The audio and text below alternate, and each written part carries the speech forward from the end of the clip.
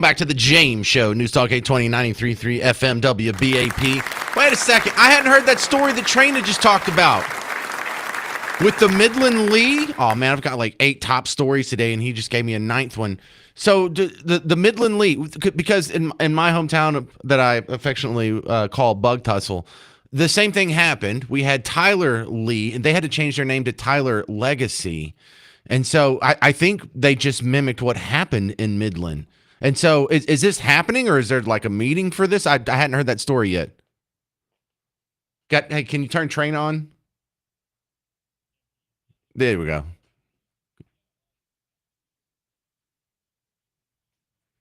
Right.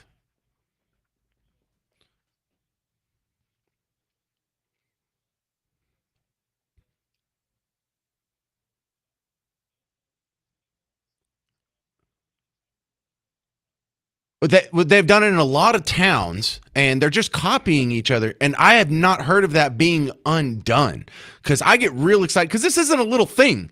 This isn't just a logo on the helmet. You know, this goes all the way to the Washington Redskins, the Cleveland Guardians. You know, that's something that a cultural pendulum swinging back this fast is rare, and I love to see it because it was so dumb to begin with. Like, I remember when it was happening in Bug Tussle, they're like, well, we got to change the name of Robert E. Lee High School. Why? Well, because of the ugly legacy attached to, you know, the history of that name. So what are you going to call it? You're going to call it Legacy. But you're just highlighting the legacy.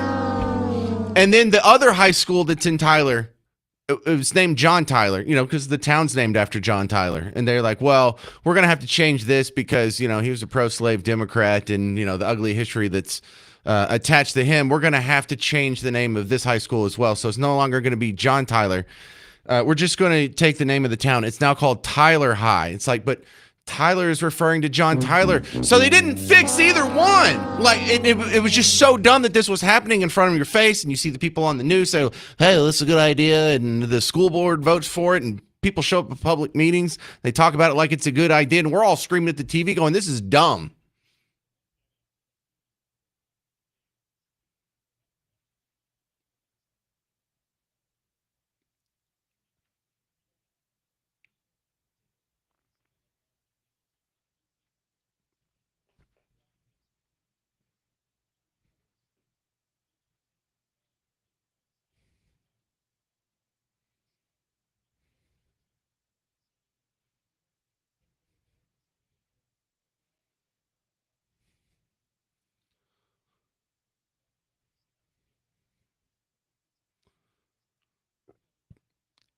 Well, no, and Mike Trainer, what you're bringing up is the same thing we say about when they take down a statue or a monument. There were people here 100 years ago who gave it that name for a reason, and they wanted us in future generations to at least remember that name or discuss that name, whether good or bad.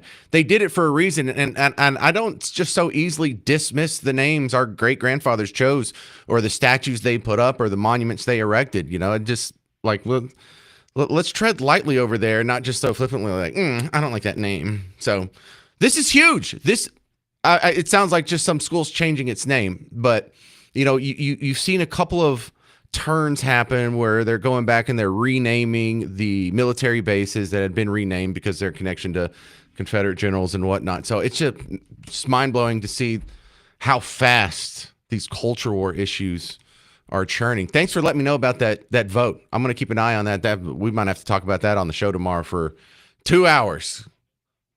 Yeah. And look, I want to go roll back so far. The basketball team stops being the Washington Wizards, and they go back to being the Washington Bullets, because the Washington Bullets, we're talking about the capital of a country that has the Second Amendment, the only country that has gun rights like this, that is founded by people who are just gun nuts, and they turned it on their government. It was just a beautiful thing, and I thought that was such a perfect mascot. And then they changed it. It was like, oh, there's too many murders here. Well, look, Donald Trump's doing something about that now. He's sitting in the National Guard. What if he cleans it up so much? What if violent crime goes down so much in D.C. they can change the name of their team back to the Bullets? Wouldn't that be great? I think that's the goal here. Like, what's he doing? How do you know when the city's cleaned up enough? When their basketball team doesn't have to be ashamed of the Second Amendment, a right associated in the Constitution, right? Oh, man. What a great day. That kind of put me in a good mood. Of course, if the vote fails, I'll swing the other direction and be in a bad mood again. But we got a lot to talk about, so stick around on the James Show. The redistricting fight rolls along, and it's starting to look more theatrical than actual utility happening here. The Russia summit that's coming up on Friday could be historic. I got to get you all caught up on that. But next, a whole bunch of deals that are still happening with China, Russia, Canada, Mexico that are affecting your wallet. RT Trevino with the Crude Truth tells you how it'll affect your energy, your gas prices. Coming up next on the James Show. News Talk 820 and 93.3 FM WBAP.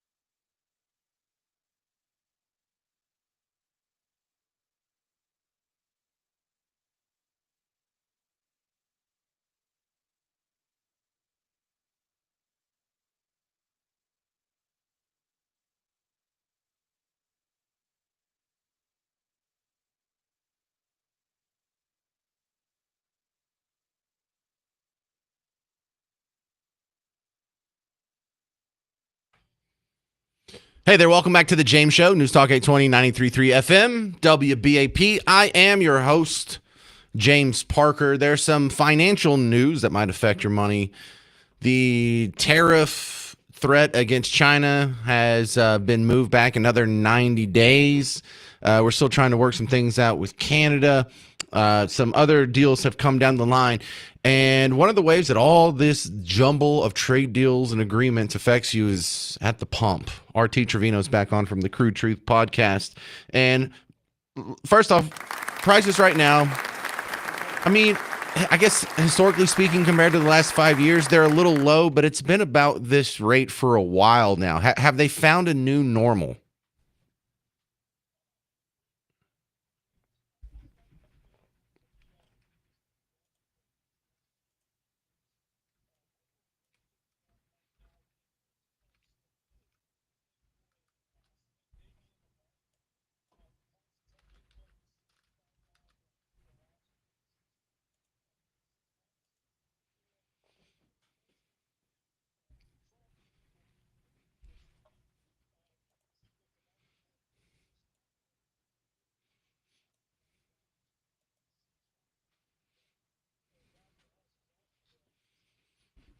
Well, RT Trevino, now that we have more permits going through and being approved and we sort of streamlined that, shouldn't we be poking more holes in the ground?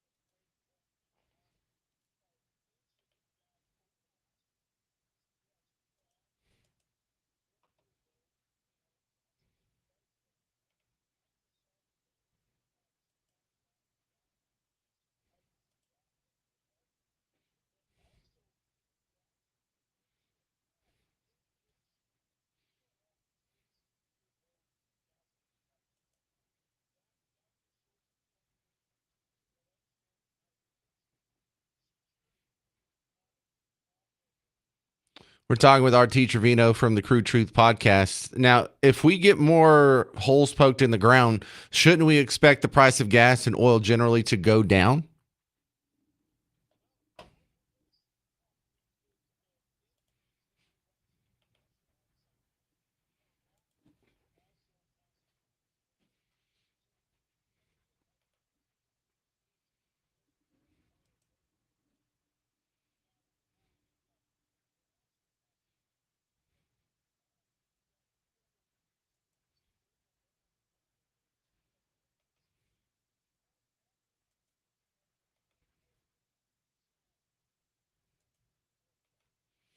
All right. We have another season of Landman coming up. Is that something you guys all talk about and chatter about?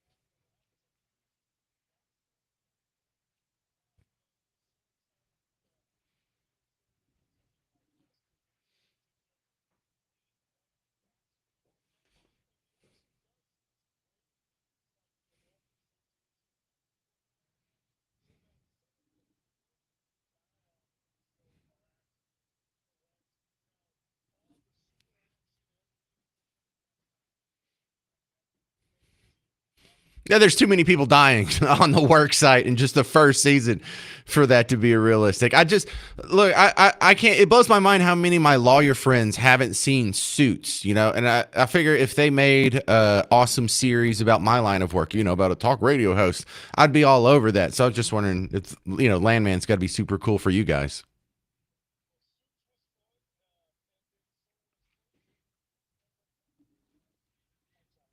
Well, no, that counts, and I did watch Frasier, but I that was before I was a talk show host, so I guess I never made that connection.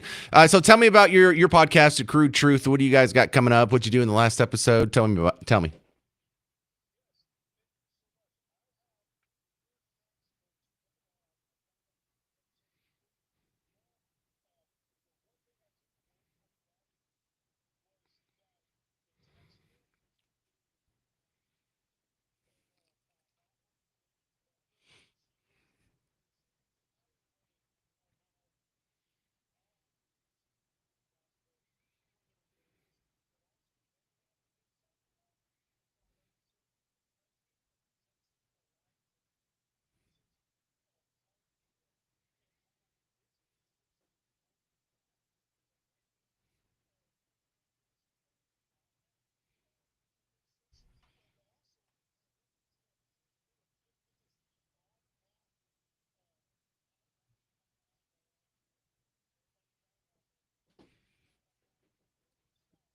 It turns off. Good.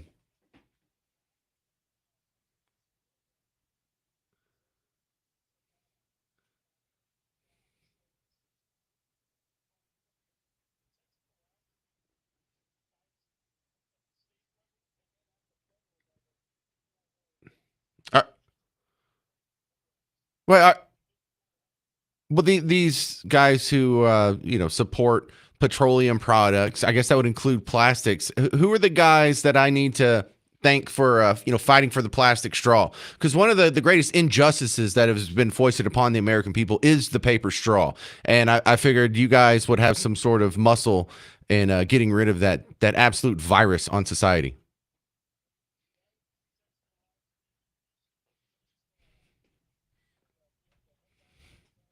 All right, well, let's get them on the show. Art Teacher Vino, thank you very much, sir. All right. You can find his podcast, the Crude Truth Podcast, and his day job, Pecos Country Energy. He's out in the oil patch doing some pumping for you. Coming up next on the James Show, let's get you all caught up on the redistricting issue because Jasmine Crockett was asked about it on MSNBC, and she had some strong words. And then Governor Abbott was asked to respond to that, and he had some strong words back at her. You'll hear them both next on the James Show. News Talk 820 and 93.3 FM, WBAP.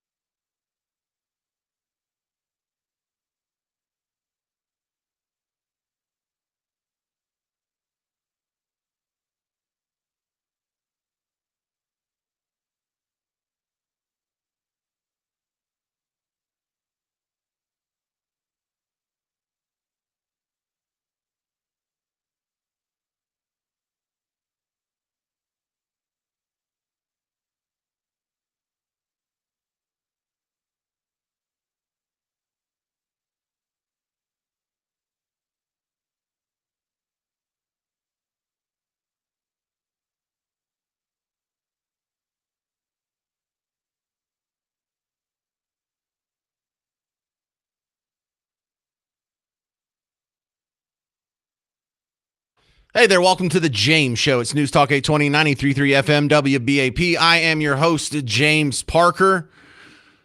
And I think I'm getting tired of all the attention we're getting here in Texas over this redistricting fight, and then the Dodgers that left the state, and now they won't come back, but they'll leave videos on TikTok and Instagram. And so we're going to threaten to arrest them, but they're not ever going to get arrested. And now we've called a new special session.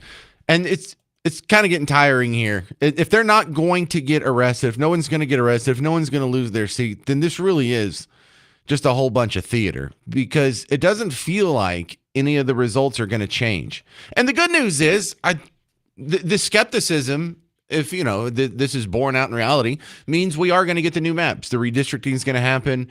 The Trump and the Republicans are going to get a win over the Democrats, if you care about such things. But the fact that it's not changing the result of what's going to happen, and leaves the door open for this to happen in future sessions, I think is a half failure. Right now, they should be talking about drafting bills and submitting them and saying, okay, if you abandon your seat, you're now in violation of some law and you can go to jail. Or if you abandon your seat, then you're automatically vacated from your seat and the governor gets to appoint your replacement, or a special election is held immediately before we start the next special session. Could have happened, because we actually had the governor right before the James Show started today make it official. There's going to be a second special session. So we'll end this one with something called sign die. And we'll just immediately start the second one. Second verse, same as the first, which that metaphor means the governor has to call out what the special session has to cover. And so he's like, I'm just going to repeat what the first session did, and we'll wait for these guys to come back. The way this is playing out in social media, you can almost write these tweets yourself. 2 hours before the James Show started, Greg Abbott, our governor, said Democrats can run to another state, but they can't outrun the will of Texans. If there's no quorum Friday, special session 2 will start immediately after sign die. Same agenda with potential to add more. I'll call special after special until the Texas first agenda is passed. Sign die just means indefinitely. There's not like a set date. And so I think this will happen, go into effect on Friday, and we'll start a new special session on Monday, and we'll just see what happens from there here.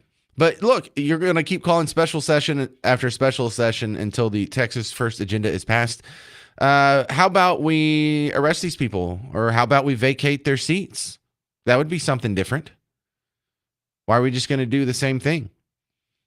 Because at this point, even if you call special session after special session and eventually they come back and you get your maps, what's their incentive to not do this in future sessions? None. So I don't just want to solve the problem here and just get our precious maps passed and that's it. That's all we worry about. I think there's quite a good cause and an opportunity here to make sure this doesn't happen more in the future. So Attorney General Ken Paxton tweeted an hour before the James Show started.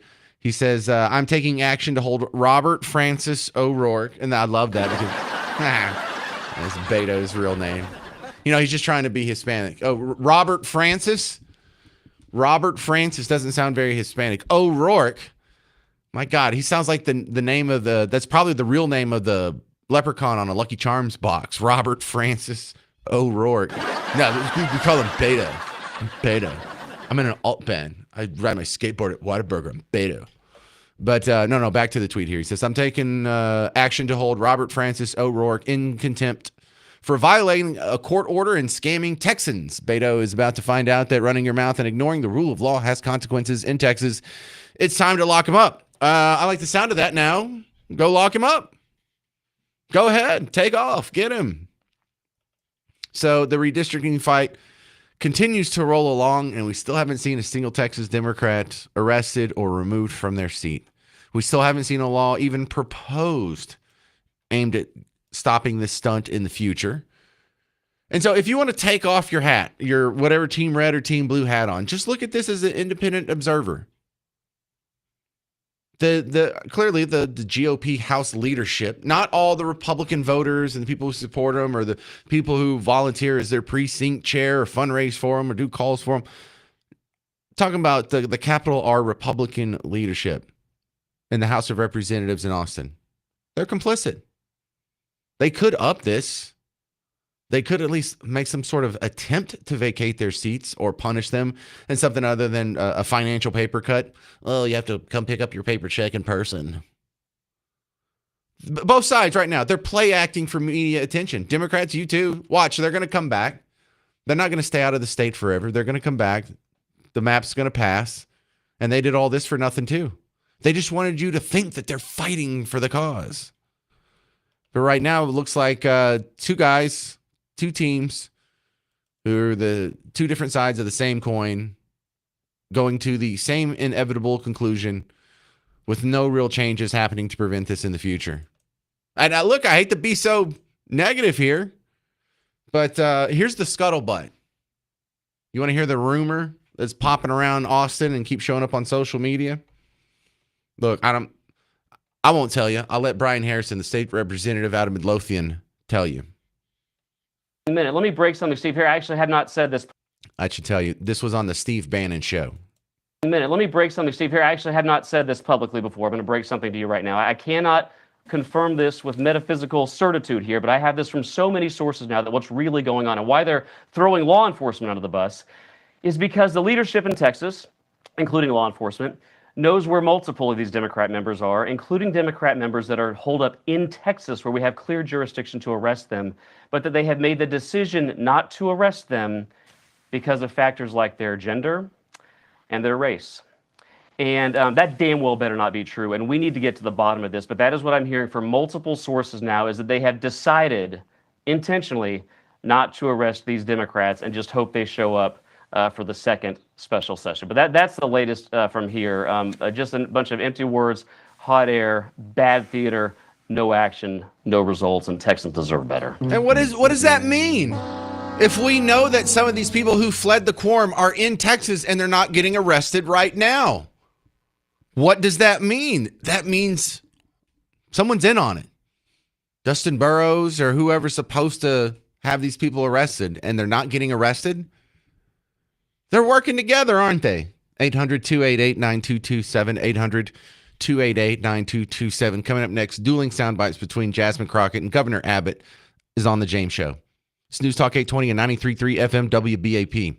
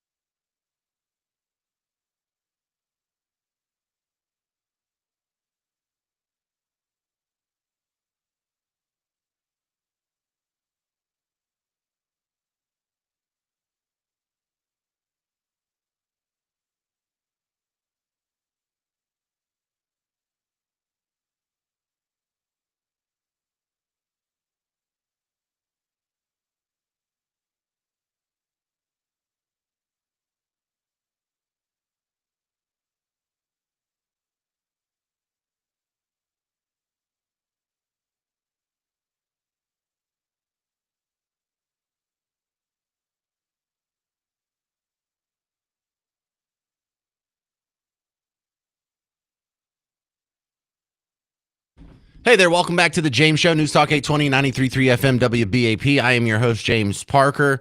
We have a couple sound bites that you're going to love back to back. First off, Jasmine Crockett was asked to speak out, and this is not going to count as today's episode of What the Heck Did Jasmine Crockett Say this time. That's coming up in about an hour from now. Yeah, I got another sound bite for that. But this one's specifically about the redistricting part. Because this is the top story in Texas, at least politically speaking, and it now has nationwide attention. It keeps coming up on the TV, and other states are watching this because people like to follow what we do. And Jasmine is going to do a couple things. Number one, call it racist. Shocked. Oh, this is my shocked face. You know how shocked I'm. Oh my God, I'm so shocked. She's going to call something racist. But then also make a hoods reference. Okay. No, it's not just even the fact that it's gerrymandering. I want to be clear. This is racial gerrymandering specifically in the state of Texas. This is just about fairness. It's about making sure that we honor our Constitution, because literally in the 15th Amendment, it is about making sure that all people have representation. And right now, African Americans are only going to have 1/5 of the voting power that they should have in the state of Texas under this map. And we know that our Latino brothers and sisters will only have 1/3 of the voting power. And frankly, Asians, which tend to be one of the fastest growing demographics in the state of Texas, have literally no power. When Trump came in the first time, they started to lift the hoods. Once Trump got in a second time, they decided the hoods were off. Anglos. Wait, so it's wrong to draw the lines based on racial characteristics? How'd she say that at the beginning? No, it's not just even the fact that it's gerrymandering. I want to be clear. This is racial gerrymandering specifically in the state of Texas. Yeah, racial gerrymandering. So when you draw the lines based on people's race, and then her solution was you got to redraw the lines based on these people's race the way I see fit. So you're doing racial gerrymandering too. Okay, everyone saw that. Kind of an obvious call. Greg Abbott was asked specifically about that soundbite this weekend. Here was his response. It would not be a day that ends in the letter Y if Jasmine Crockett didn't say something racist. But second, her facts are wrong because the facts in the state of Texas are, under the maps that we are drawing, is that 4 of the new seats will be predominantly Hispanic seats.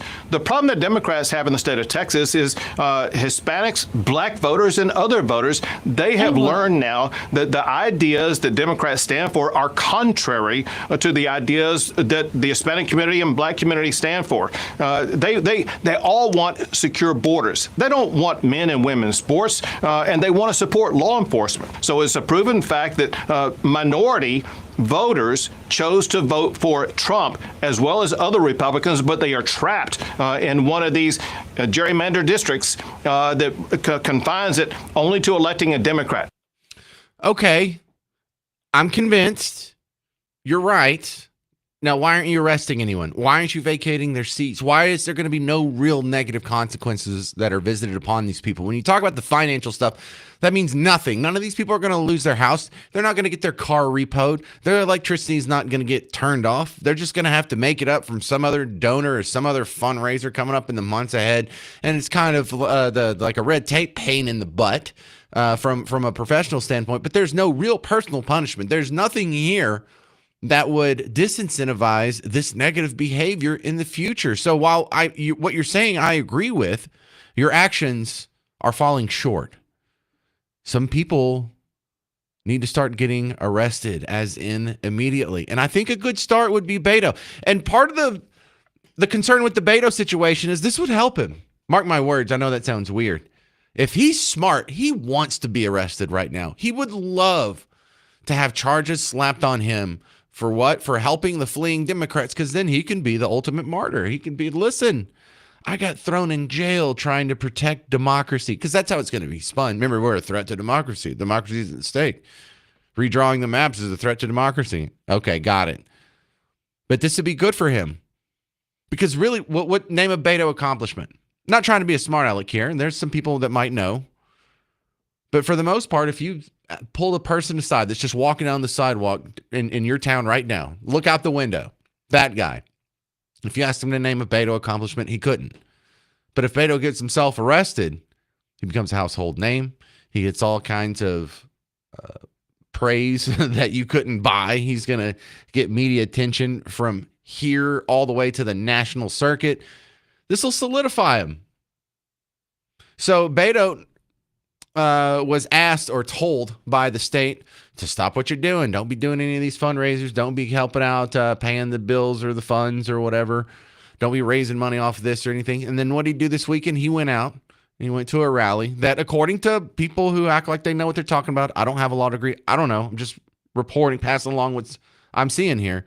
Is they're saying the rally he went to broke some of the laws. He was raising money to give it to these people. And for some reason, they're saying that falls afoul of bribery. I mean, that doesn't sound right. But if that's true, then it could be this rally that he held this weekend, or he was a part of this weekend. And what was he doing at this rally? You didn't hear audio from this. He's out there promising amnesty. It's like, oh my goodness, man. If you're trying to help the Democrat brand, don't take the one issue that most people agree on Team Red and Team Blue. And that's the way illegal immigration has been treated differently over the last 6 months. And don't make that the flag that you wave to win people back. Here he is on Saturday. The Democrats, present company excluded, have talked an awful good game on immigration for as long as I have been listening. You know, if you just keep voting for us, once we get in power, comprehensive immigration reform. Well, we won power in 2008, the White House, the House, and the Senate. We won power in 2020, the White House, the House, and the Senate. The American people were watching because we had promised them what we would do with that power, and we absolutely failed to live up to the expectation that we set. So next time we win power, we're going to drive that car like we stole it. We're going to legalize every dreamer's parents, every hardworking American doing backbreaking work that makes this country so God great in the first place, even greater as U.S. citizens. And I was editing out a bad word. He didn't actually float an air biscuit in the speech there. Anglo. Real quick on the phones. Mark, Fort Worth, you're on WBAP. Hey, James, just wanted to offer this. You know, as far as a lack of a Republican response or a perceived lack of response, you know, you might consider this is sort of a political bonanza for Republicans in that, you know, Democrats continue to hang themselves and not really understand why and how they lost the last election so hugely. So obviously, you know, amongst the party faithful, those are going to split down, you know, the lines that one would expect. But the battle is and always has been for independent voters. And amongst independent voters, you know, Republicans made great gains. So by not sort of going in and arresting everyone and sort of doing a heavy-handed response, they're sort of playing rope-a-dope and let the Democrats hang themselves further. And knowing that ultimately, you know, redistricting is going to pass, regardless of the theatrics. The Democrats continue to do just damage to their brand, and Republicans really don't have to do much. Well, Mark, I think that's a theory that can't be proven or disproven, but I think it's more right than wrong. I kind of agree with you there, Mark. Thank you very much for calling, sir. Good point. Sure, no worries. All right. Coming up next on the James Show, Trump is deploying the National Guard in D.C. Will it work? 800-288-9227. I'm James Parker on News Talk 820 and 93.3 FM, WBAP.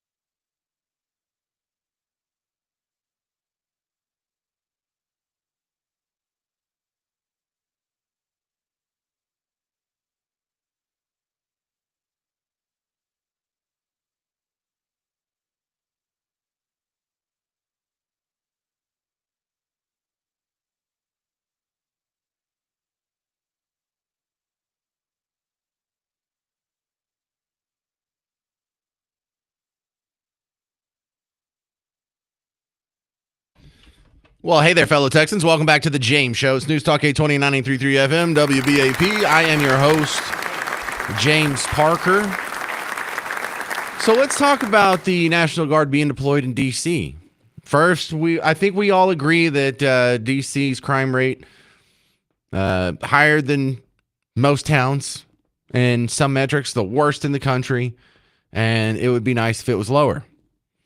It's also, as libertarian as I am about, government overreach and stay within the confines of their power, well, this is the one town that the federal government actually does have control over. I have no problems with them sending in whoever they want into D.C. The federal government, really the executive branch of the federal government, really runs that place, and that's okay because that's how it was written in the Constitution. It's supposed to be 10 square miles, and then for some reason we lost the Virginia side of it that's a whole nother show.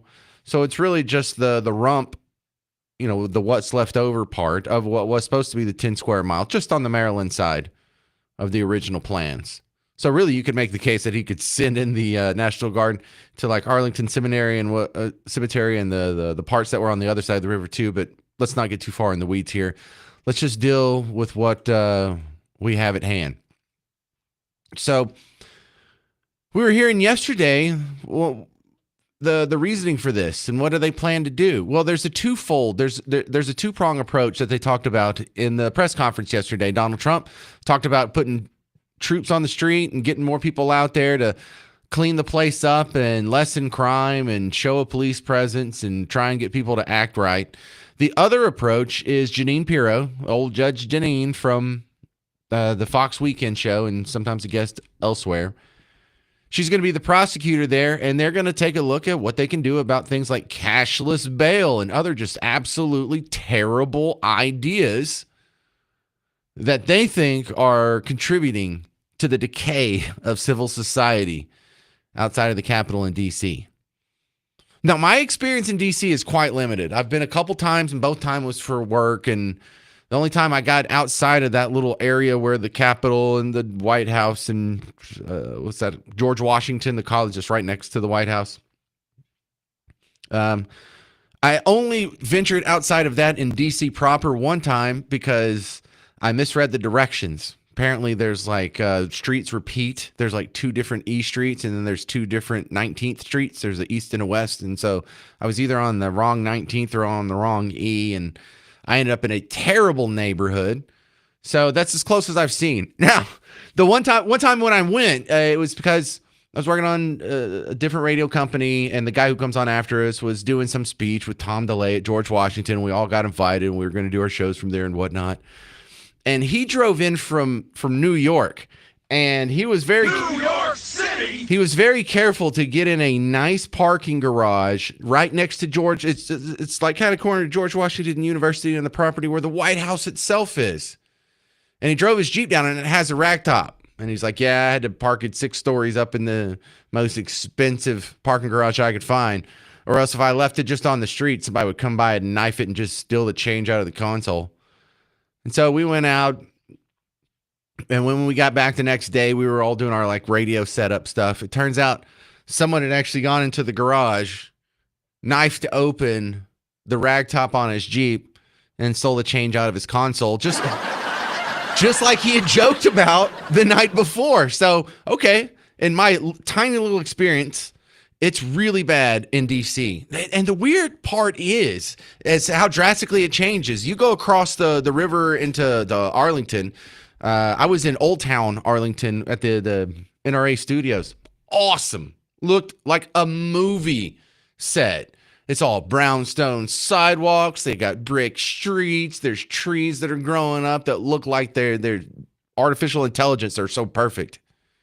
So we know it doesn't have to be awful around there. It's only awful, not in the suburbs, but in this tiny little area that these nerds in D.C. control. And remember, the voting public of D.C., the people who are choosing their leaders, are the same people who reelected Marion Barry to the city council after he got caught with a prostitute and smoking crack rocks on camera. So there's nothing constitutional that's bothering me about it. There's nothing about the function or the reason why they're trying to go in. Yeah, that's a terrible place with an absurdly high murder rate. And I'd like to see something done about it. Like to see something done about bail reform. Like to see something done about light sentencing and the light hand of the justice system.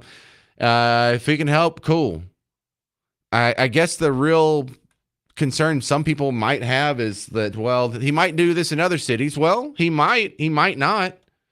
But that's Karen Bass was talking about her experience with the National Guard being deployed in LA, and she was saying they were a test case. You absolutely expect a federal response when we have over 200 countries here, meaning heads of state of over 200 countries. Of course you have the military involved. That is routine. But that is not the military driving up and down the streets of the city like, unfortunately, the Marines did. You remember, we didn't just have 4,000 National Guard members.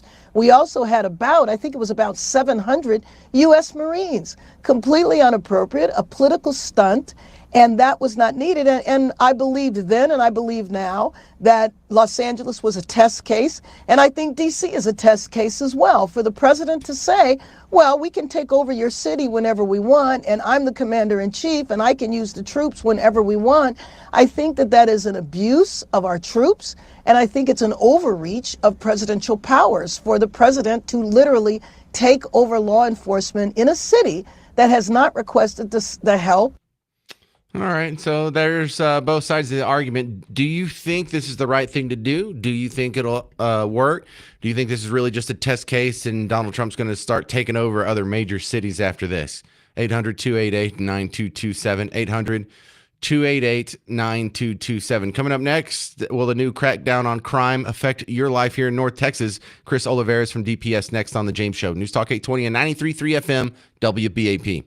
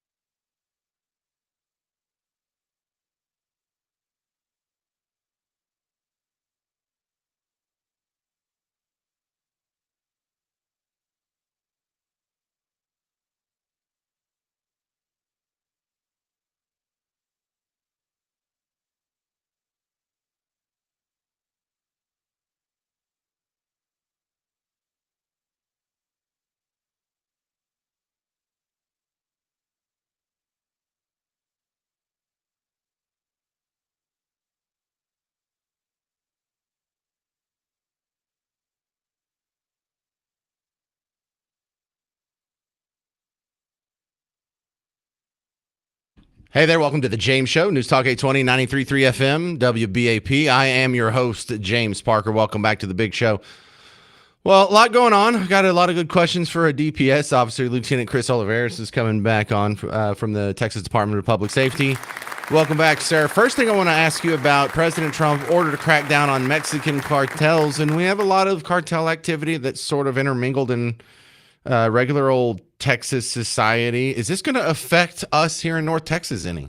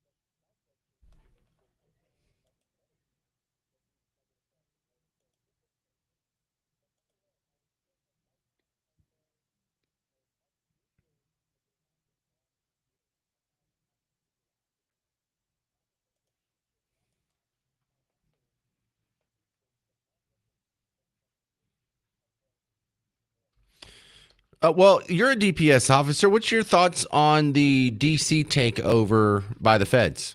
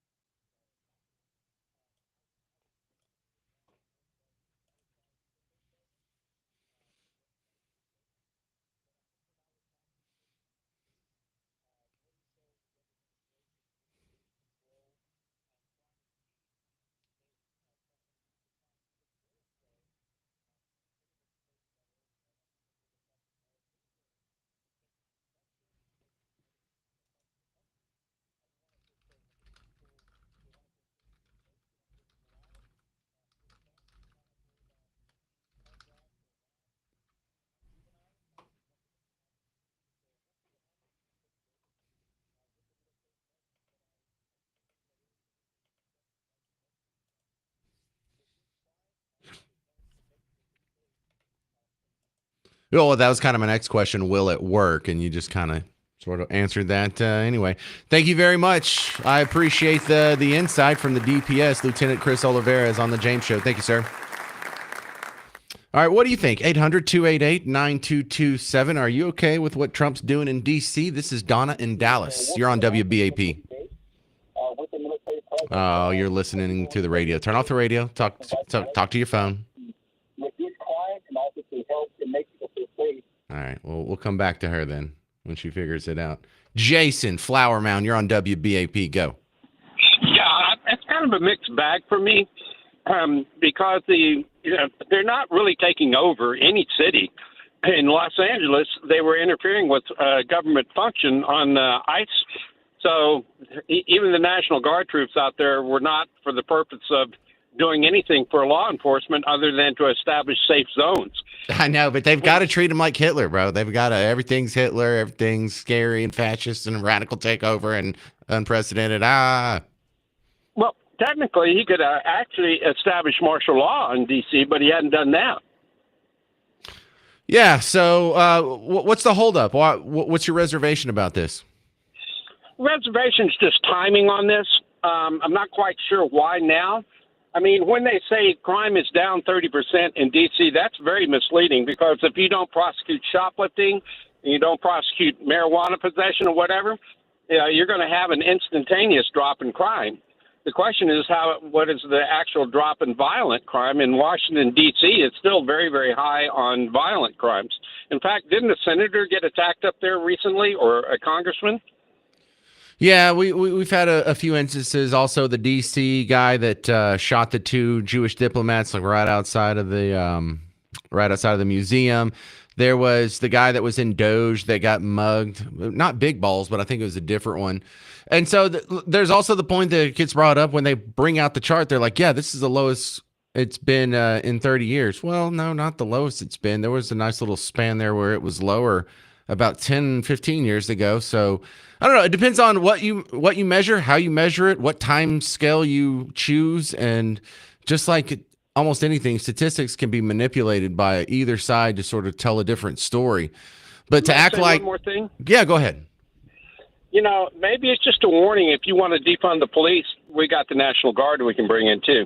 Yeah, I mean, I always like the part where if you're suffering because of your bad policies, we should let you suffer good and hard for it. Keep defunding the police. See what happens. Anyway, that's probably a little crude for statecraft, but I think it would work. 800-288-9227. Are you okay with Trump and the National Guard occupying D.C.? I'm James Parker. It's News Talk 820 and 93.3 FM WBAP.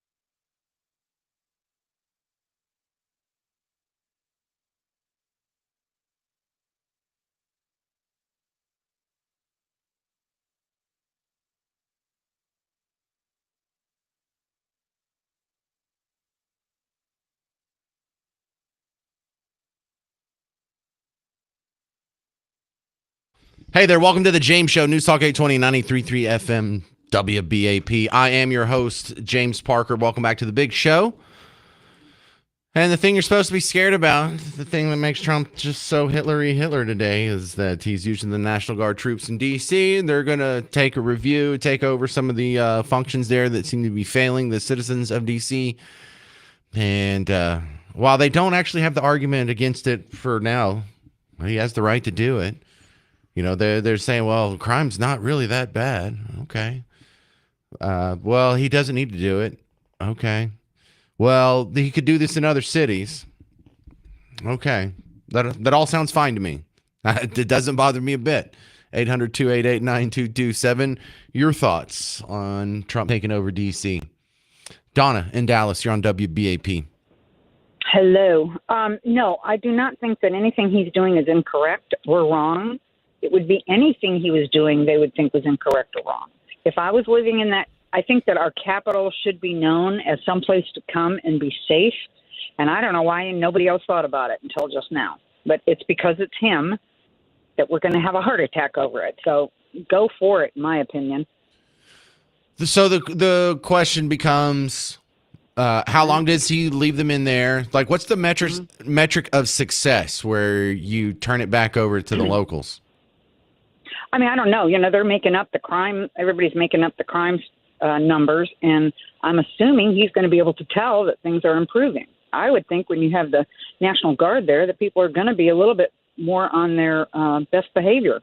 But I don't think it'll take them too long to figure it out. But I think just the presence there and knowing that he meant to do something and he actually did it, that I think is going to make a big difference. Well, I've also do that anywhere. I think a lot of us were burned during COVID when they didn't ever give us like a goalpost. Like, okay, we're going to be locked down to slow the spread. Okay, but what does that look like? Is it a number of cases per day? Is it a number of deaths per day? Is it a number of people vaccinated? What metric are you using to measure success so I know when this thing is supposed to end? And I don't know what the answer is for this DC thing. So I would like to know that. I would like for them to come out and say that. But other than that, this is constitutionally sound. I think it might help. I'm not. Let me give the other side here. And thank you very much for your call, Donnie. You're making all good points there. So let me play a little devil's advocate and just, I'm not being a butthead. I'm just trying to flesh out the negatives on this. Because I think worst case scenario is he's going to send the troops into D.C. and he's going to send in the National Guard and he's going to have Jeanine Pirro try and rat out some terrible jurisprudence in the court system. But what if it doesn't help?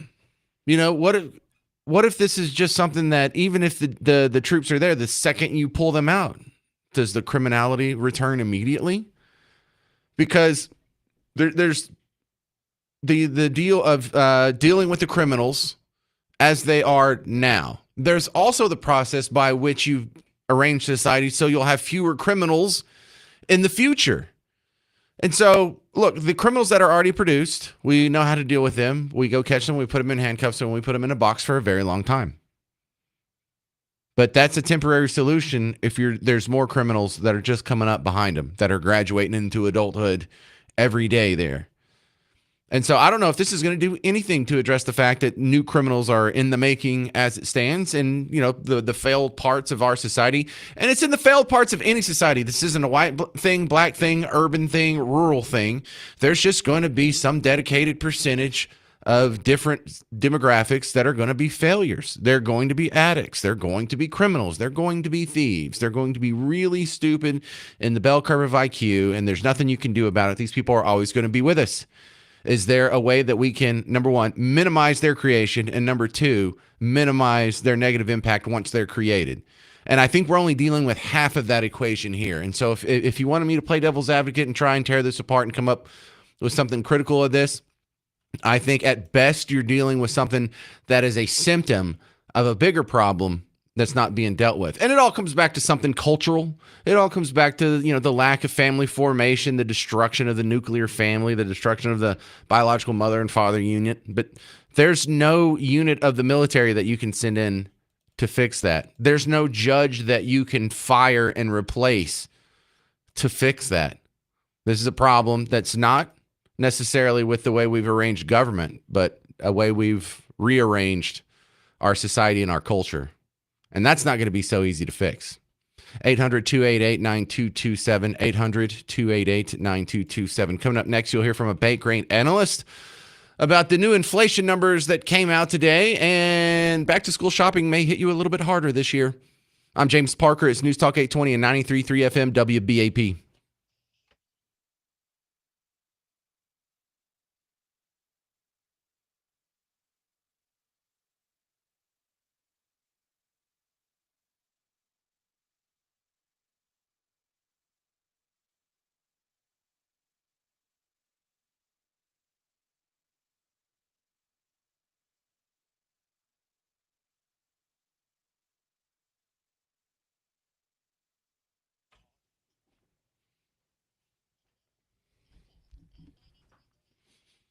All right, football fans, I know you're excited like I am that football is back. For a lot of people, hey, that means it's time to whip out the old Prize Picks app and take advantage of the sports that you're already going to be watching anyway. Because look, if you're going to be watching the pros, you can bet Dak Prescott is going to be on there. You look at his statistics, like in yardage, 245. Is he going to throw more or less than that against Philly? Boom, you got that set up. And you can cross over into other leagues. Like you can have the quarterback for the Cowboys, and then you can have the quarterback for your favorite college team. Arch Manning is also on the Prize Picks app. You can just pick more on both of their passing yard totals, and that's a whole lineup right there. But you can do 2 to 6 people. The more people you pick, the bigger your prizes get. And look, if you get your picks right, you can win up to 2,000 times your money. So if you're new to this, I'll get you started easy. Download the Prize Picks app. When it's time to put in the promo code, use the name of the station, WBAP. And with that first $5 lineup, you get $50 in promo cash, which is stuff you can play with. And if you win with it, you can actually withdraw it after you turn it into real money. So check it out and play on our dime. Check it out just in time for your favorite quarterbacks to get started. Download the Prize Picks app. Use promo code WBAP. Get $50 in promo cash with your first $5 play. Prize Picks. Run your game.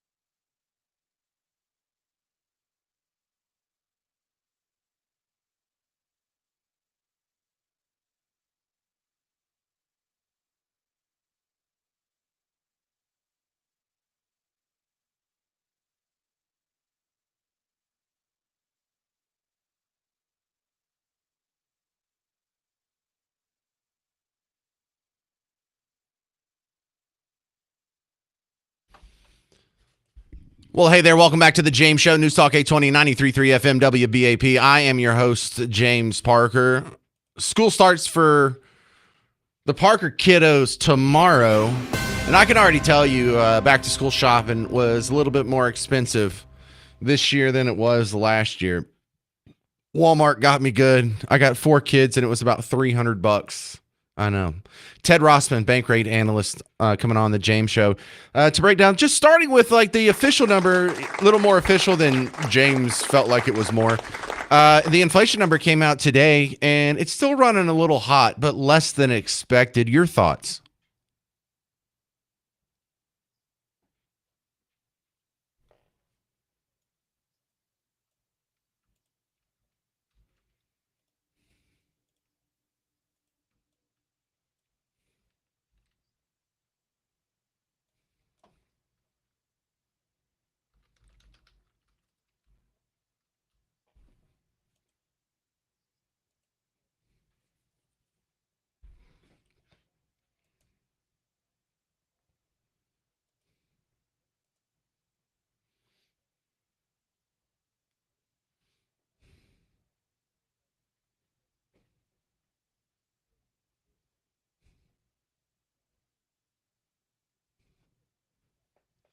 Well, I remember there was the COVID years, and whenever we came out of that weird fog, I remember the prices seemed to have jumped.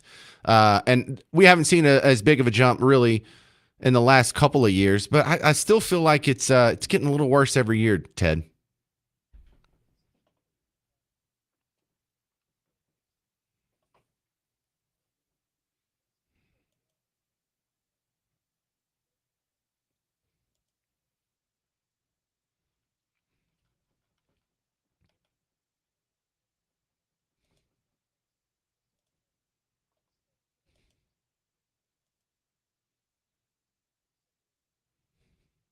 Oh, that's never going to happen, right?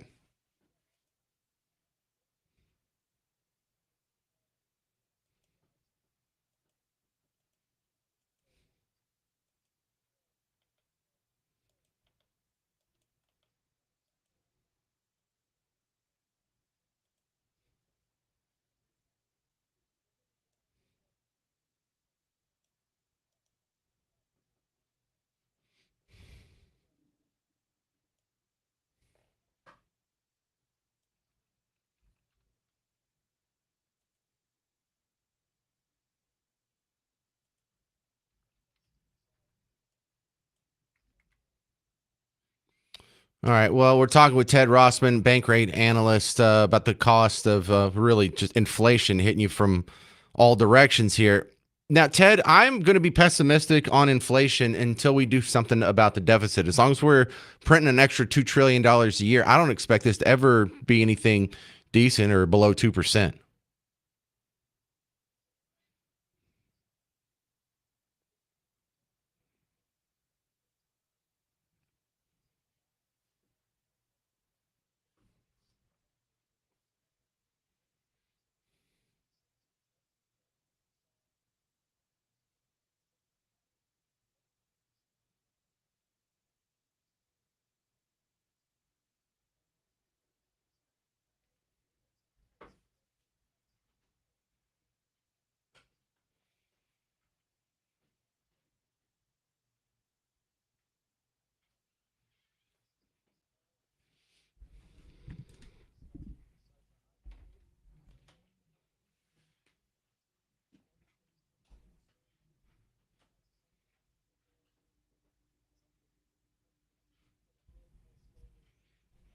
Yeah, well, don't talk to me about that. I've got one of those amazing COVID mortgages at 3%, sir. So I'll just keep that as long as I can. Ted Rossman, bank rate analyst. Thank you very much for being on the James Show, sir. All right, and good luck with the back to school shopping, y'all. You do not have to get her a North Face backpack just so she's one of the cool kids at school. You know, it works just as well as a North Face backpack. When you go to the Buc-ee's and they have those hot and cold bags, the one that have like the foil on the inside and it looks like a regular shopping bag with a zipper on top, that works just as good. Yeah, I know your daughter looks like a pauper, but it's important to teach her thrift, efficiency. All right, hey, Rangers fans out there, Texas Rangers are taking on the Cleveland Guardians Saturday, August 23rd at Globe Life Field. The first 20,000 fans in attendance to this game are going to get a miniature replica of Adrian Beltre's newly unveiled statue presented by Globe Life. So if you want to get a miniature replica of the new Beltre statue, you got to go to Globe Life Field to the game that's coming up on August 23rd. Now, you can go ahead and go buy your tickets right now at texasrangers.com, or if inflation's been kicking you in the teeth, try and win a pair from us. Text the word Rangers to 800-288-9227. It's the same phone number I give out for if you want to call into the show. So if you have it saved in your phone or if you've ever called before, you can just go grab that number. Text the word Rangers to 800-288-9227. All right, coming up next on The James Show, you're going to get an episode of What the Heck Did Jasmine Crockett Say this time, but it's going to be an extended edition because over the weekend, the New York Post put out a story on Jasmine Crockett where they supposedly talked to some of her staffers and former staffers, and they were saying she may be a nightmare boss to work for, which is a convenient narrative for those of us who already make fun of her, but is it true? Details next on The James Show. News Talk 820 and 93.3 FM, WBAP.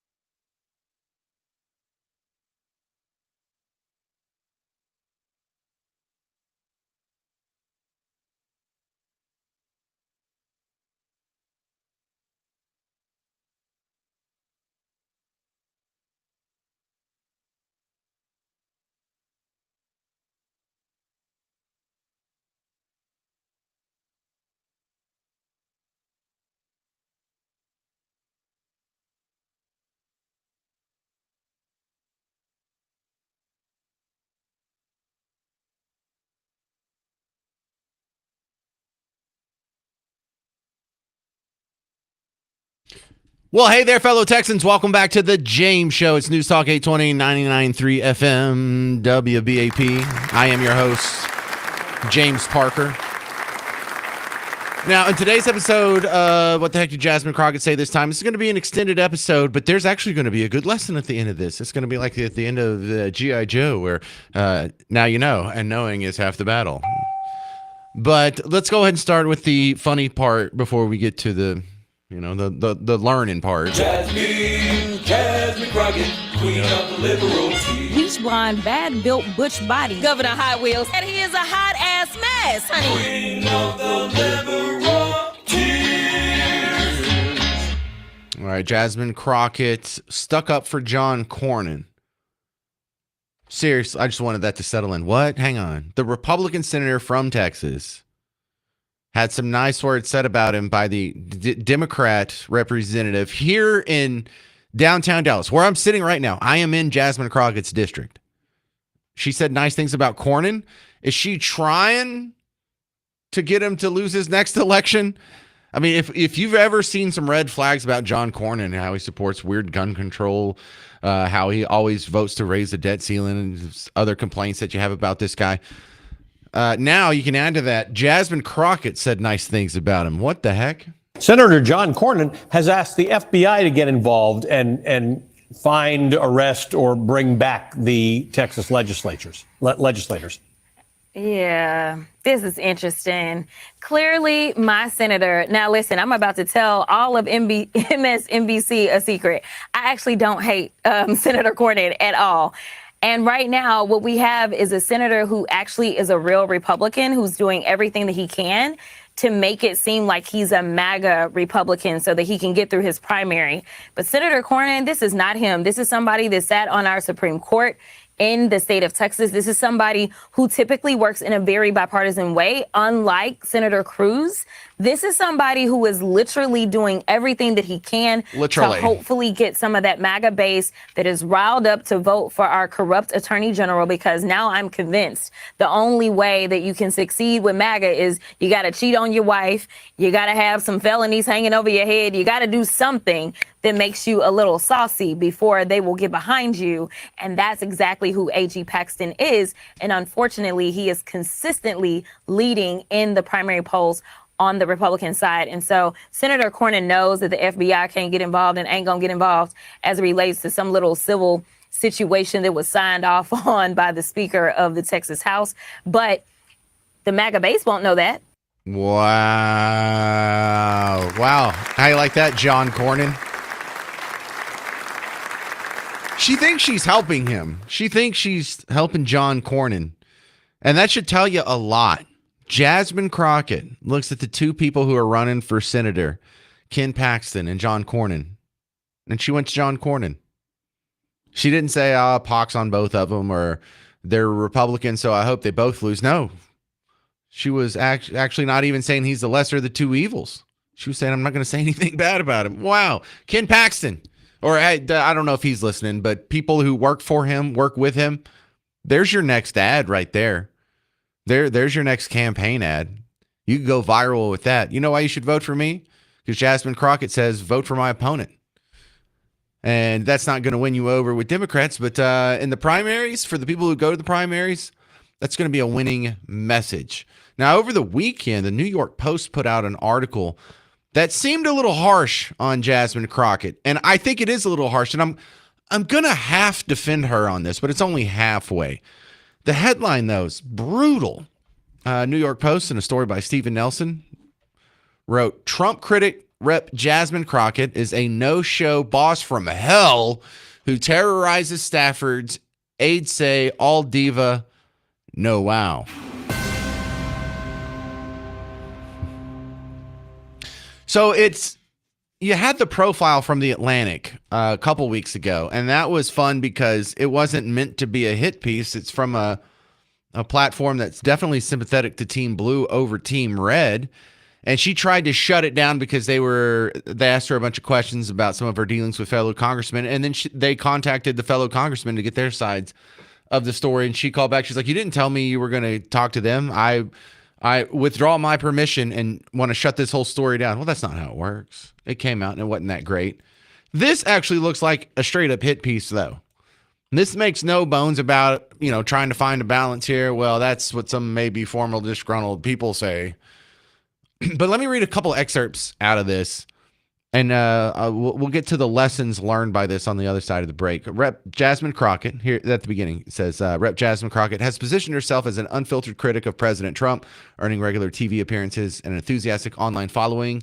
But congressional aides tell the Post that the Dallas Democrat is just as rude and mean to her own staff. Now, they claim that they have 3 sources here that have worked for Jasmine Crockett. They say she's rarely present. She doesn't come to the office very often. She seems to be more concerned with media attention. And I got news for you. That's the smart thing to do if you're a congressman. They gripe in this article about when she does show up for work. She's more concerned about, does she have a nice ride? And she has a staffer come and pick her up and drop her off instead of driving herself. And he can't pick her up and drop her off in his own car. They got to rent a car every week in DC, and it's got to be like an Escalade or something. So you can tell she kind of enjoys the power. She kind of enjoys the luxury. She kind of enjoys the accommodations and the preening over her and being the center of attention. And I got to tell you, that's the most normal thing in the world. That doesn't make her look bad in my eyes. I still don't agree with her policy decisions. But do you know how many people like this are in Congress? There's varying degrees of it, but it's most of them.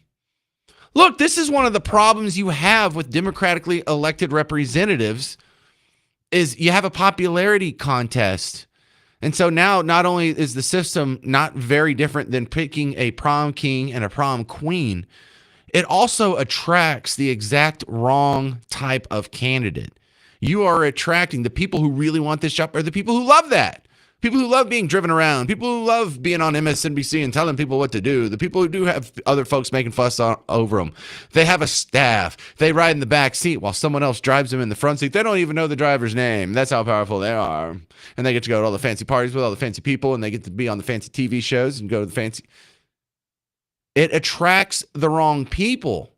This is who these jobs attract. And so once you realize that, look, while it seems just totally weird to us for someone to be that whipped up by power, that intoxicated by their own power, they insist on such luxuries and being treated and waited on and having a staff that attends to them. That's weird for you. That's normal in DC. That's normal in Austin. So if you read this and you're like, oh, Jasmine Crockett, what a weirdo. We got to get her out of there. That is not the message. I'll tell you the real lesson we need to learn from this, because I don't want to fix the symptom of this problem. I want to fix the actual cure the disease itself. And we'll talk about that next on the James Show. This New York Post unfavorable piece on Jasmine Crockett. The lesson's coming next. 800-288-9227. I'm James Parker on News Talk 820 and 93.3 FM, WBAP.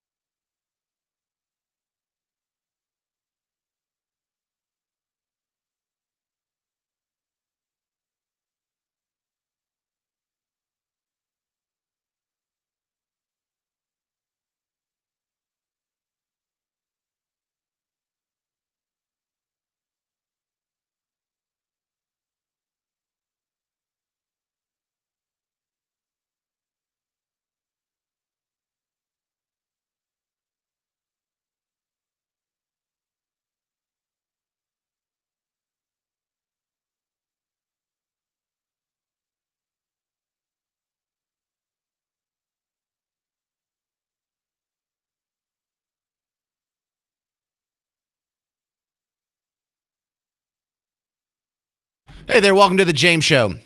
It's News Talk 820, 93.3 FM, WBAP. I am your host, James Parker. If you're just joining us, you're in the middle of today's episode of What the Heck Did Jasmine Crockett Say This Time? And we were going a little deeper here because, there was the obvious funny audio clip that comes with every episode. But we have morphed into this article that came out on the New York Post. Definitely a hit piece, but at the end of last week, the New York Post said that they had talked to some staffers, some Jasmine Crockett staffers, who said some not very nice things about her. And granted, when you go through here and you check it out, it doesn't sound like it's great. It doesn't sound very nice. However, for me and my experience and observation in Congress and congressmen and as many of these people as I've met and talked to and hung out with, this is pretty normal behavior for a congressman.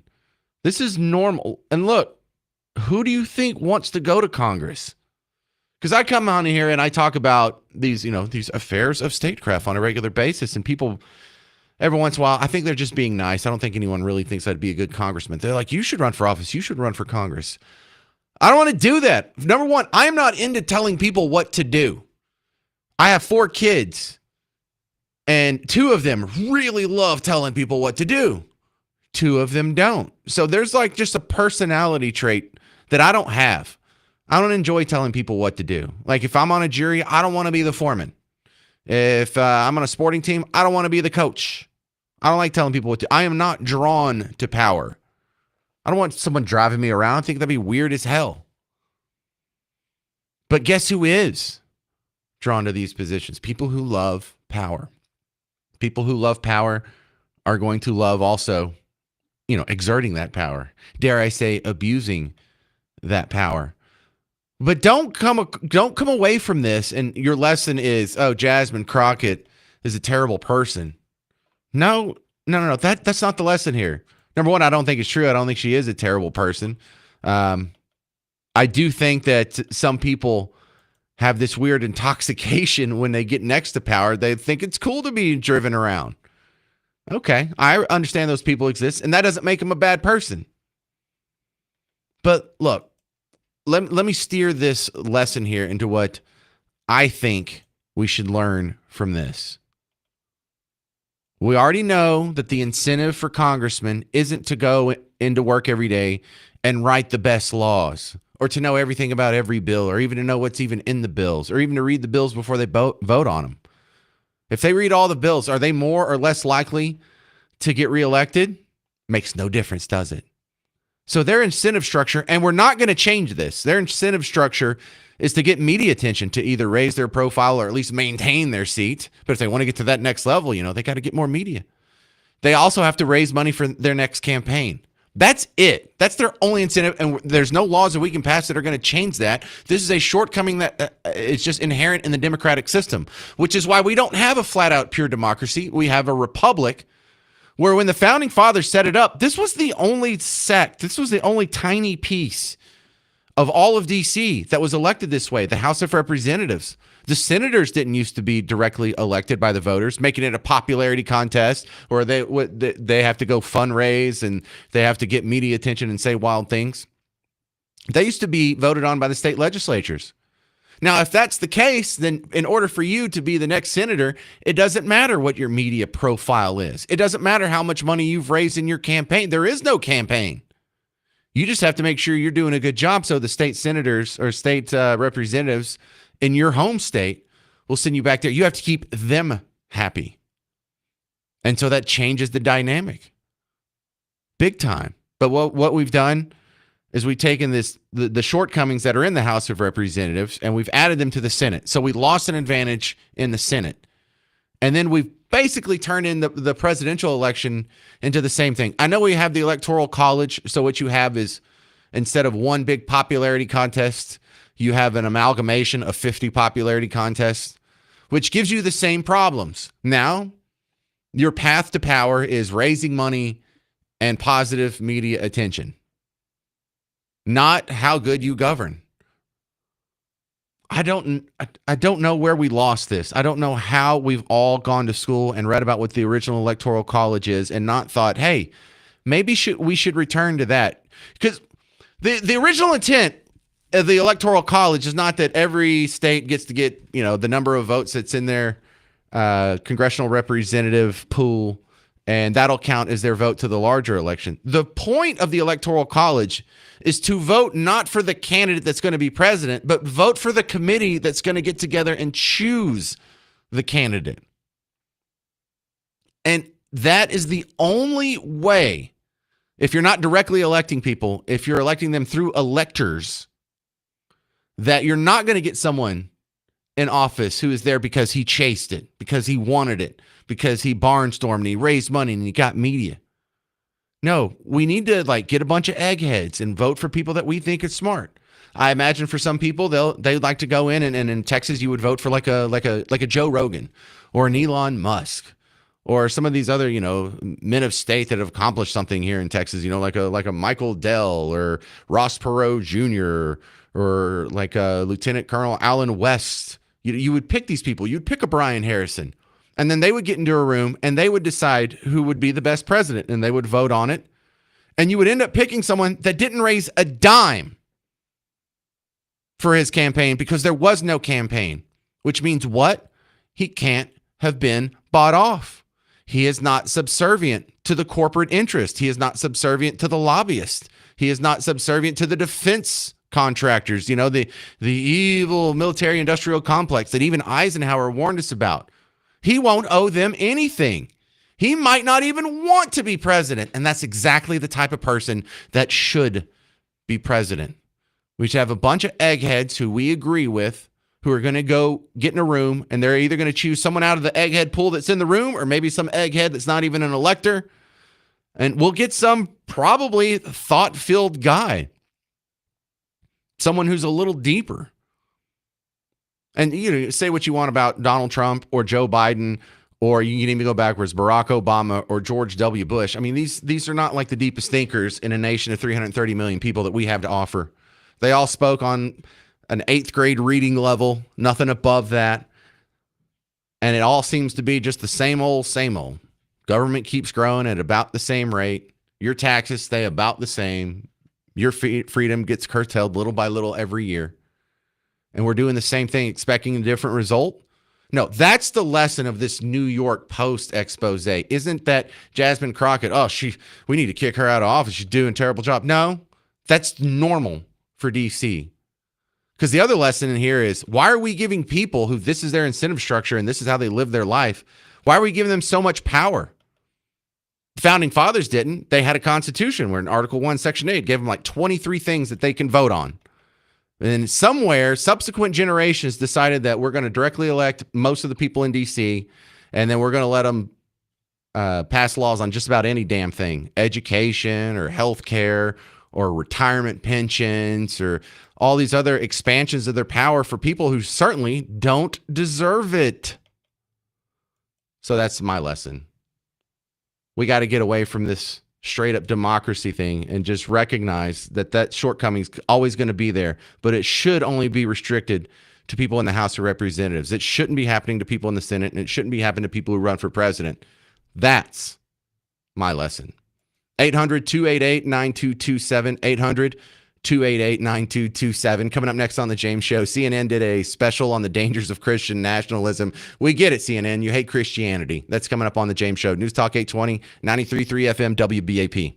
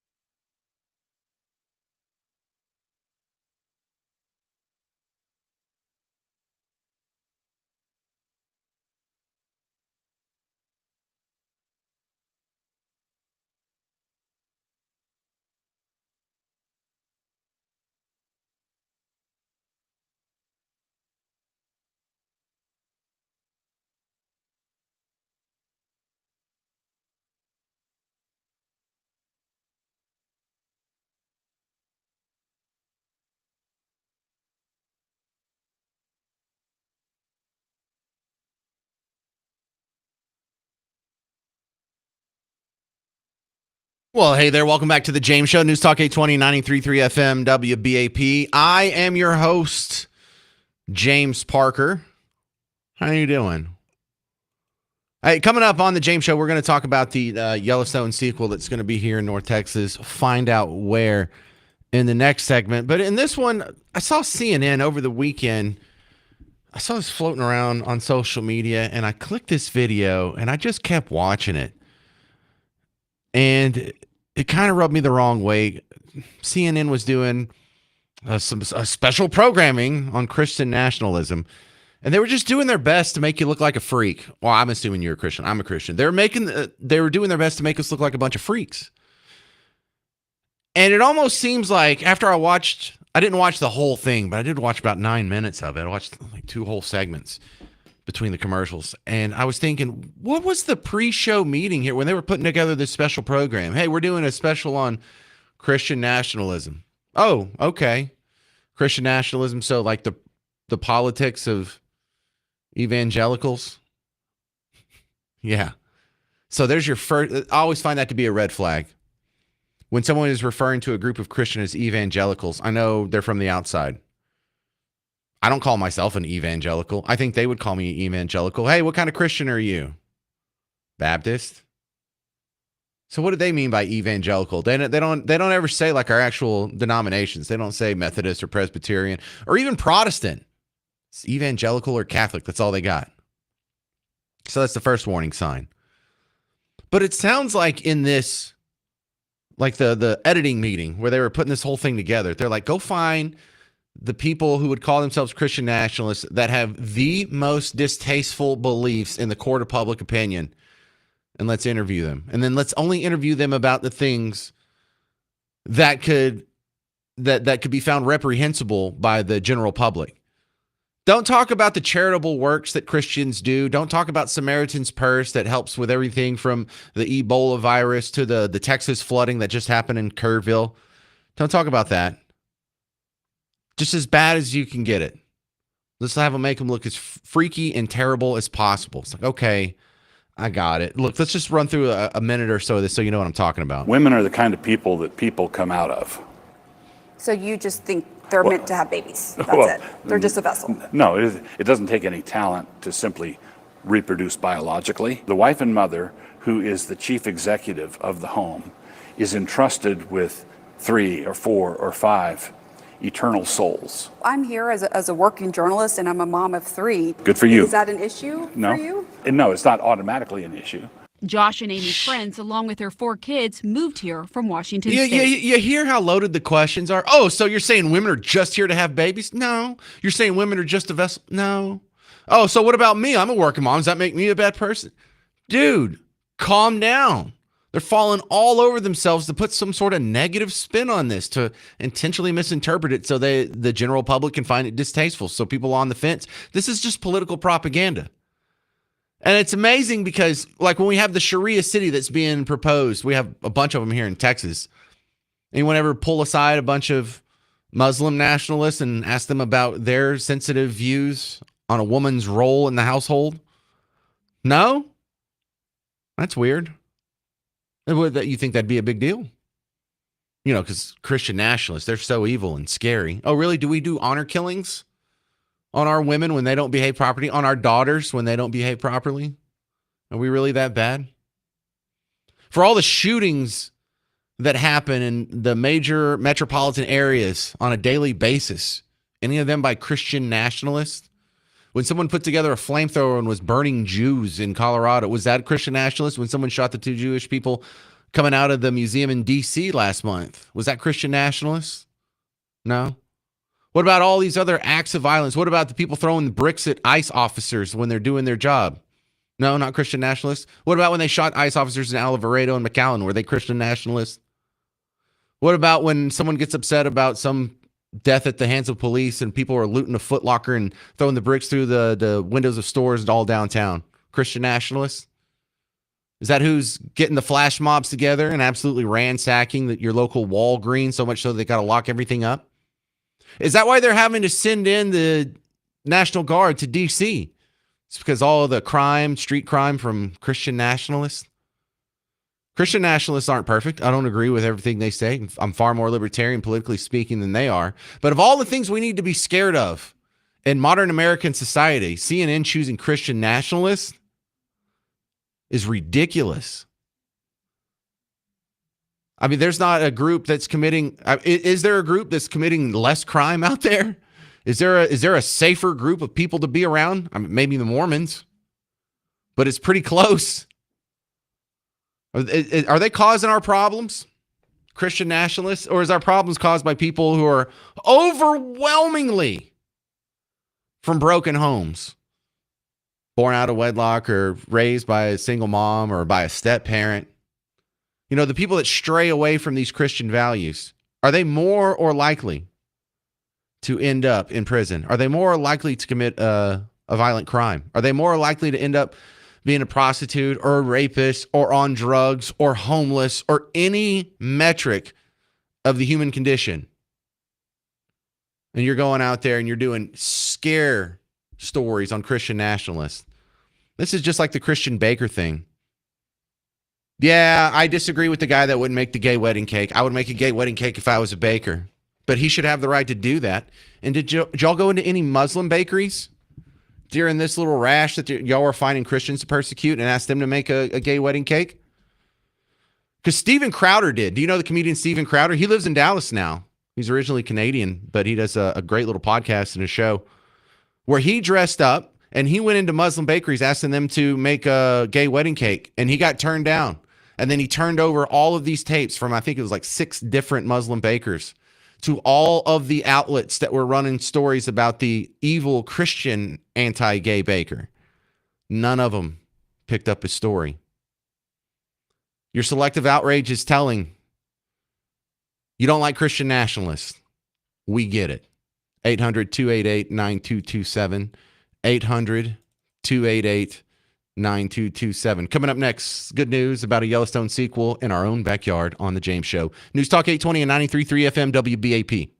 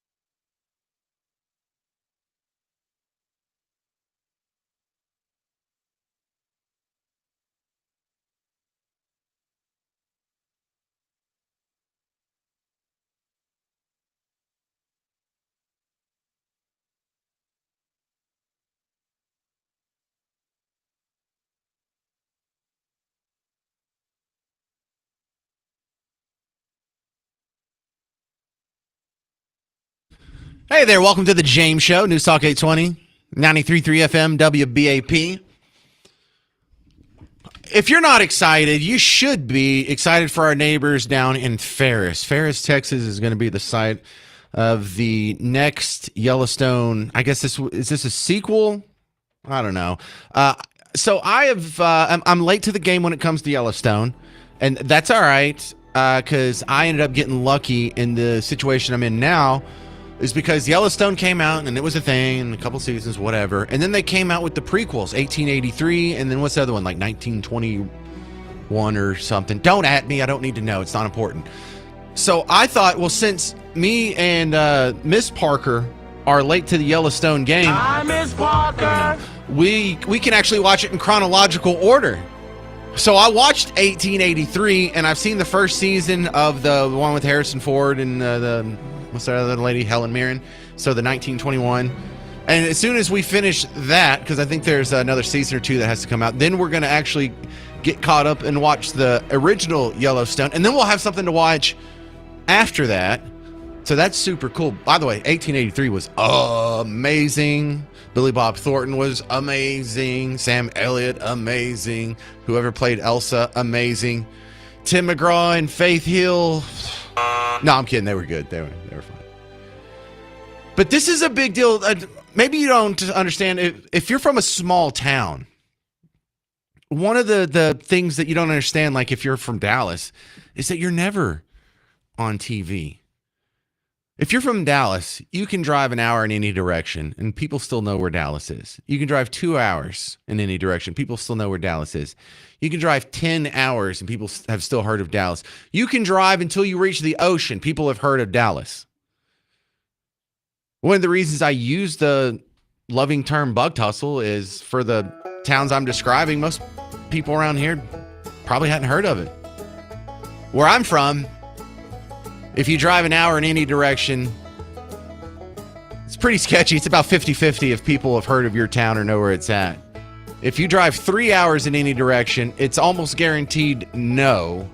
And if you drive 10 hours in any direction, if you leave the state, no one knows. No one knows where I'm from. No one knows. No one's heard of Ferris before. Well, they're gonna.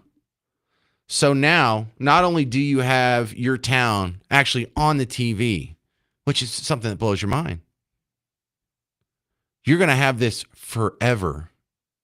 You're going to have landmarks. You're going to have characters. You're going to have a song. I don't know what the theme song is going to be, but it'll be like Dallas. You know, like Dallas has its own. Ferris will have its own theme song. You're going to hear some majestic orchestra crank out a score that was written just for you and your awesome little town. I don't know if we'll have an awesome slap bass like this, but you'll have a song that when you hear, you'll think of your hometown. Almost no small towns get this. You're spoiled if you live in Dallas or Fort Worth. Because when you're watching the Cowboys and they cut to commercial and there's like the helicopter shot of downtown, you're looking at your town. No one's ever made a helicopter shot and played it during a football game of my hometown. Or basically most of the map dots from here to the Atlantic Ocean. We don't get that kind of attention. Ferris is about to get it. So just do a good job, y'all. Whether it's a good show or a bad show, I really hope it catches on. I really hope this is going to be a fun moment for you guys. I'm so happy for you. And it's never going to go away. You can show your kids. You can show your grandkids. They can show their grandkids. Some of you are going to get to be extras in some of the scenes. Some of you are going to have your house in the background or your coffee shop in the background. Some of you are going to know that, oh, yeah, that was my friend that I went to high school with.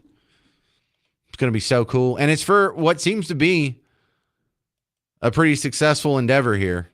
1883 was awesome. So far, the 19 whatever I'm watching, you think I'd know I'm watching it. Awesome. Yellowstone, obviously awesome.